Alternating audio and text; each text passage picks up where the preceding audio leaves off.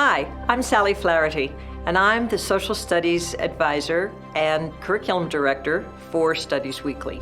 It's my pleasure to be here today to talk to you about history.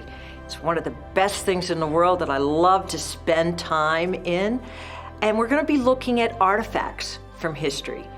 We're going to look at the souvenirs of a past time and reminders of people and events and places that take us back in time. This is an ordinary wooden box, or is it? As you look at it, it's hard to determine the size. It's really only about 10 inches by 13 inches by 12 inches. It's pretty small. It was really called a half crate. And it has significance for how it was destroyed. Do you know that this wooden box was part of the Boston Tea Party? It held tea. Now, they had loose tea in 1773, black tea, green tea. Tea bags were not invented, and so the tea was held inside the crates. The East India Tea Company had a monopoly on all the tea that was sold in America and had agents that were going to sell the tea to the colonists, which meant all the profit and all the taxes would go to the East India Tea Company and King George and Parliament. Well, the colonists would have none of that. That was just another part of tyranny. So the ladies got involved and boycotted tea. Now you got to remember, they had 6 million pounds of tea sold in the colonies in 1773. Boycotting tea would be like boycotting coffee and soft drinks today, but they did. So in December of 1773, ships came into Boston Harbor carrying the East India Tea Company tea that was to be sold and taxed to the colonists. And the Sons of Liberty, being the protest group they were, decided that the best thing to do would be to destroy the tea. Not the ships, not the harbor, no other property, only the property of the East India Tea Company, which included the crate and all the tea. So the 30 to 50 men that entered the ships in Boston Harbor in December of 1773 destroyed the crates. Only 2 crates remain intact, and this is one of them. This was found the next morning, washed ashore and in the sand in the beach, and John Robinson, 15-year-old, took it home and hid it because the Sons of Liberty wanted no evidence. They wanted everything destroyed from the East India Tea Company. Now, there were many other tea parties up and down in the colonies that year. We find that they were in South Carolina, North Carolina, Annapolis in Maryland, Philadelphia, New York, all had tea parties. But the most famous one is the Boston Tea Party, and this crate serves as a reminder of civil disobedience. We're looking at a tent. It looks like a circus tent, but it has great significance in American history, for this tent belonged to General George Washington. He had such a tent made so that he could be in the field with his troops. Now, this tent in particular was at Valley Forge, 1777, and stayed with him through Yorktown in 1781.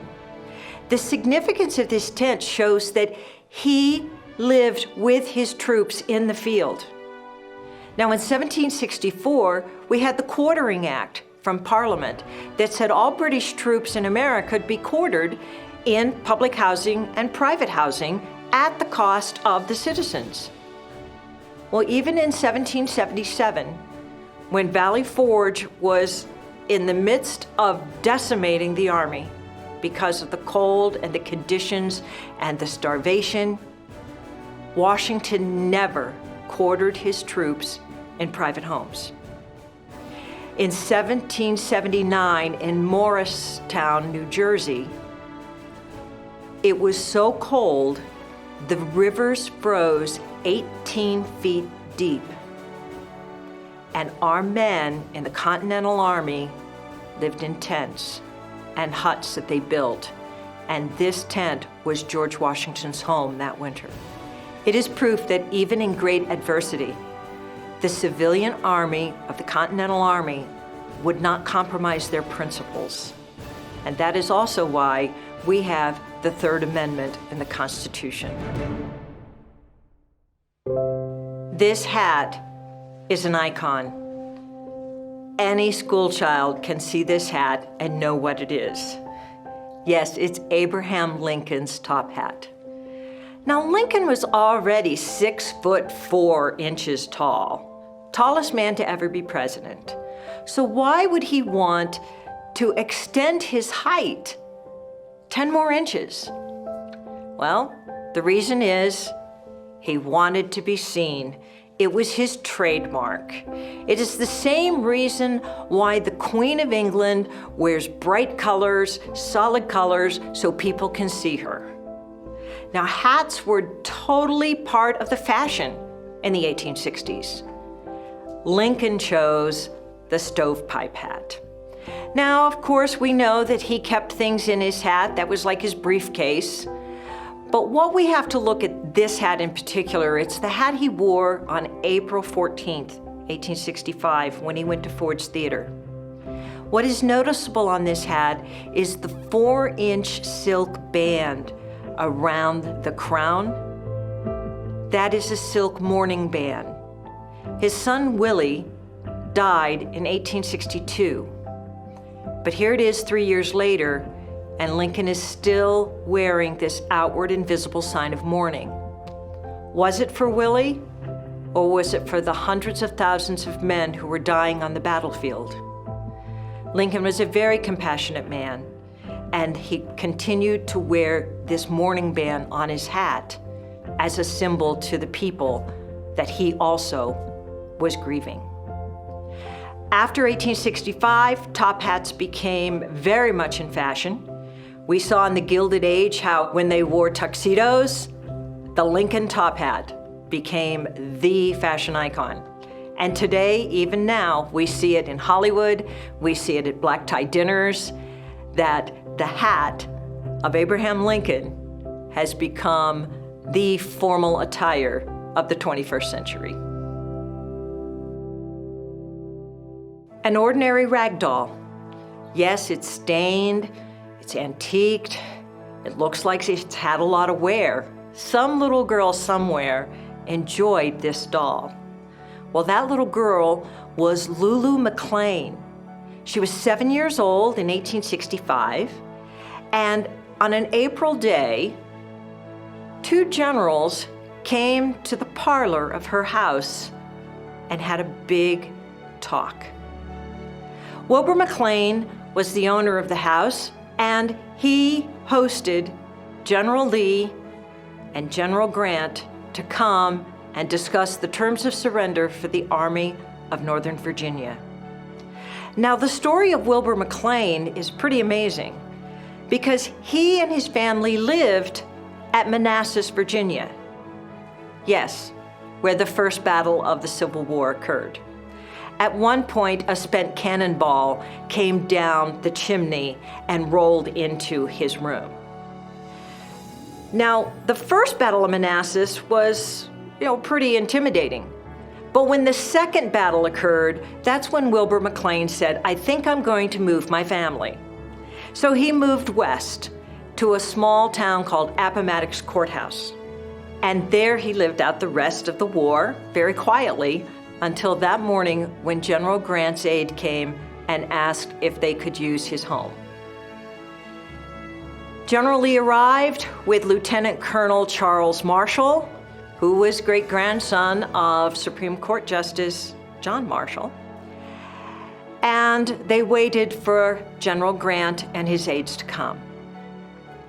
They arrived and talks continued, small talk, and eventually they got to the terms of surrender, which were very, very generous to the Confederate Army. The Union generals and the Union men and personnel were coming in and out of the parlor so they could say they were part of history. We do not know how many Union personnel were there. Nobody ever wrote down who was in the room. But when you asked later, everybody was in the room. But who was really in the room was Lulu McLean's little Ragdoll. It was sitting on the horsehair sofa, and at the end and conclusion of the talks, when everything was signed, as the men were leaving, they took most everything that was in the room in the McLean parlor. The desks, the tables, the chairs, the candlesticks, and even little Lulu's doll, which was a silent witness to the end of the Civil War.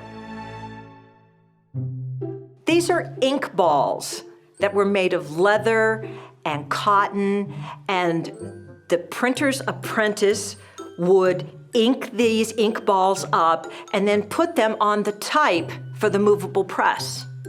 These particular ink balls belonged to Benjamin Franklin. They were given to his favorite grandson, Benjamin Franklin Bach. Now, sometimes you hear it pronounced Bach, but since he's not here to tell us how it's pronounced, we're going to go with Bach. Benjamin Franklin Bach was with Franklin in France when he was an ambassador for the United States. He was the favorite grandson, and Franklin taught him so much about the printing press and the printing business. So Benjamin Franklin Bach inherited the print shop and continued printing and offering a newspaper to Philadelphia. The Philadelphia Aurora was the publication of the 1790s. After Ben Franklin, the grandfather, died, the grandson continued in printing, and the Aurora became known as one of the most radical publications in the city. It was very critical of the Federalists. Benjamin Franklin Bach was one of the few who criticized President George Washington. Yes, they didn't all think he was wonderful. And he would print and question the loyalty and the motives of the Federalist government. Now that is freedom of the press. We know that in the First Amendment. But then when President John Adams came to office, he did not appreciate all the criticism. They knew that at the beginning of this country, we had to establish a solidarity that created trust in the government because we were still not established. But Bach's criticisms of the administration were not taken very well.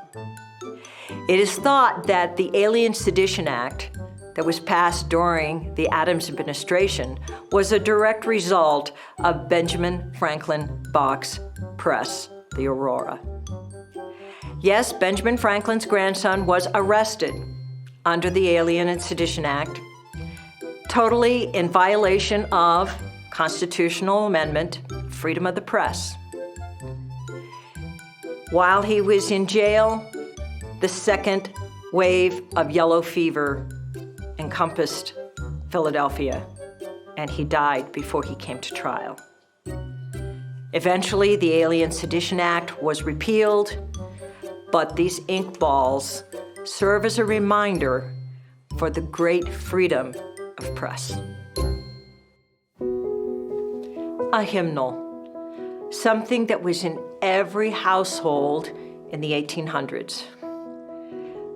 This held gospel hymns, was used every Sunday and many times during the week. But what's the significance of this hymnal? This hymnal belonged to Harriet Tubman. Now, Harriet Tubman was illiterate. She eventually learned some literacy skills because we can see that she signed her hymnal.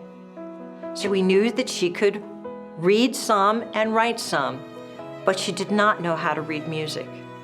So why is the hymnal so important for Harriet Tubman? It was a book. Enslaved people were not allowed to own anything, let alone be educated, let alone own a book.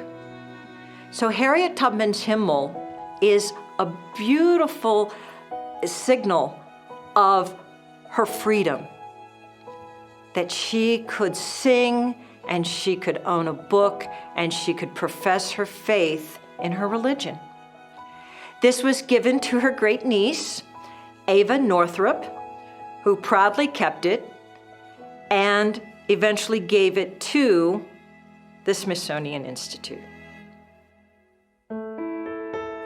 These are cufflinks, ordinary cufflinks, but they did not belong to a gentleman. They belonged to royalty. These were Queen Lulu Kalani's cufflinks from Hawaii. She was the last reigning monarch of Hawaii. In her will, after she was deposed during the American annexation of Hawaii, she donated all of her estate to be sold at auction to help the orphans and the poor of Hawaii. Even though she was not a monarch any longer, she cared for her people and continued in her legacy to take care of them. These cufflinks were bought by a sailor. They were the most inexpensive thing at the auction, and he could afford those on a sailor's pay. In the inventory of the auction list, they were valued at $2. This building is where Ida B. Wells lived when she was in Chicago, when she did a lot of her investigative journaling and writing from within this building. Ida B. Wells was an activist. She fought hard to gain rights for women and for African Americans. It was through Ida B. Wells' investigative journalism that brought light to the travesties and the cruelties that were occurring in the South in the late 1800s, when we had segregation laws and cruelty to and intimidation to African Americans. Ida B. Wells was given the Pulitzer Prize posthumously in 2020 for her fabulous investigative work. Yes, this is a jail cell. It is a sterling silver pin of a cell door. Now, why would anybody want a pin of a jail cell? That would be Alice Paul, who was a women's suffragist and leader for women's rights in 1917, 1920, at that time. She was a leader of women that totally broke the tradition of having protests in front of the White House. She started this. The silent sentinels that were the women just stood in front of the White House and held signs reminding Woodrow Wilson he governed women too. "What are you doing today for women?" the signs would say. And they just stood there in all weather, all night, all day. The women were protesting in front of the White House. We had entered World War I, and many people thought that women protesting in front of the White House and criticizing the president was just unpatriotic. And so in July, they started arresting the women for obstructing traffic because it wasn't against the law to protest. Alice Paul knew that as the organizer for the protests, when she was arrested, her consequences and her sentence would be harsher than those of the other women. All the women were sent to a prison, and they were kept in jail cells. They were treated very, very poorly. They went on hunger strikes, but ended up being force-fed. They were totally mistreated by the prison officials. Word got out in the press. President Wilson was embarrassed. And so the women were released in November. In December, at a ceremony, the pins were given to all the women who had been in jail that summer from July to November. The pin serves today as a reminder of all the trials and tribulations that women did to gain the right to vote. And we should never, ever take that right lightly. An alligator valise. It was quite the fashion in 1800s, 1880s, 1890s, but this particular valise was the property of Susan B. Anthony. Now, in the 1880s, women carried nothing of importance with them. They didn't have to. They had men to take care of them for that. You will never see purses and valises in the fashions of the women of this century. They would have small bags to hold small little tokens. But here came Susan B. Anthony with a valise. And that was the outward sign that she was independent. She took care of herself. Her property, her important papers, her belongings were here. And she was in charge of them. The alligator purse became very, very symbolic for Ms. Anthony. And everybody knew that when you saw the purse, Susan B. was close by. They even made a jump rope rhyme about Susan B. Anthony's alligator purse. Miss Lucy had a baby. She named him Tiny Tim. She put him in a bathtub to see if he could swim. He drank up all the water. He ate up all the soap. He tried to eat the bathtub, but it wouldn't go down his throat. Miss Lucy called the doctor. Miss Lucy called the nurse. Miss Lucy called the lady with the alligator purse. Vote, said the lady with the alligator purse. Classic jump rope rhyme that has been on recess playgrounds for decades, all going back to Susan B. Anthony and her alligator purse. Fingerprints. Fingerprints of an arrest. Fingerprints of someone who broke the law. We teach our children to follow the law and obey the law. Yet in this case, these fingerprints are symbols of someone who dared to break the law in civil disobedience. These are the fingerprints of Rosa Parks when she was arrested for sitting on a bus in the wrong section and not obeying the commands of the bus driver. These are evidence and were used up through the Supreme Court cases challenging segregation in the South in 1955. We have them. We want our students to look at them and know that sometimes civil disobedience is the right thing to do. Pens. All kinds of pens. We use them every day. We have so many different types of pens to choose from. Ballpoint pens, fountain pens, gel pens. We have them in every imaginable color. But the most important pens that are shown here are the pens that were used to sign the Civil Rights Act of 1964. Lyndon B. Johnson used these pens when signing that act. Now, why did he use so many pens? They were souvenirs, and they were given as thank you gifts to all those who supported passing the act. There were 27 pens that he used that day. Now, some presidents would sign multiple times within multiple spaces of the legislation, thus using a different pen for each signature. Barack Obama did a single stroke with a pen for his signature.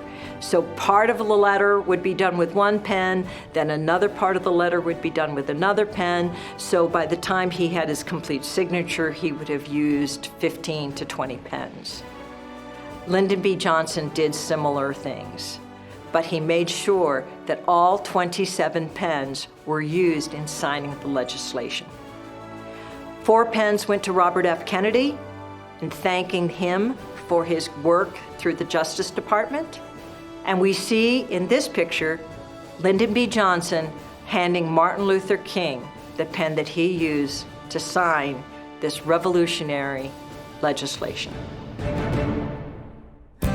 There are so many objects in history that can give us clues to the past, souvenirs that take us to a different time, that help us give a clue of what was going on with people, events, and places. The secret lives of objects are all around us.